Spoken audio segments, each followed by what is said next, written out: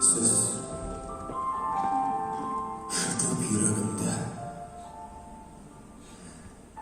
ilkimde şişine gittiniz.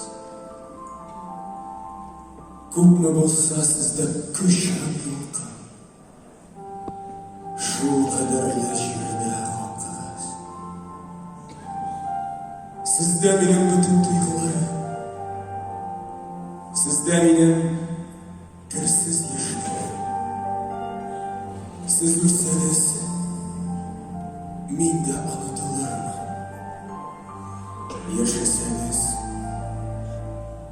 menda yasharman.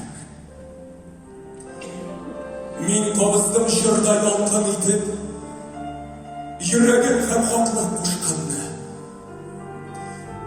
Shirim bilan do'stni yelkaladim, shirim bilan shitdim dushmanni.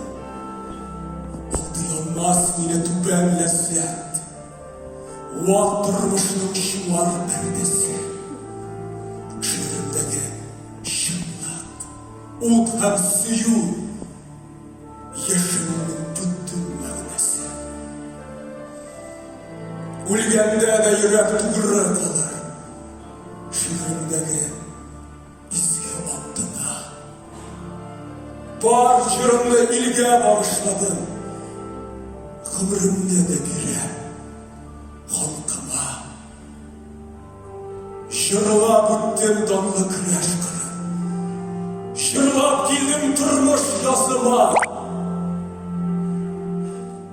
So'nggi shirim bolash oltasida boshni tutgan kelish yozilar.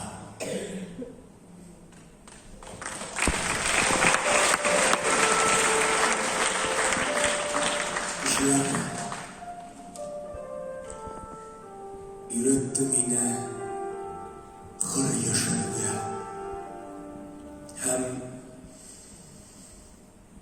ularga qiyin er bo'lib, umrim meni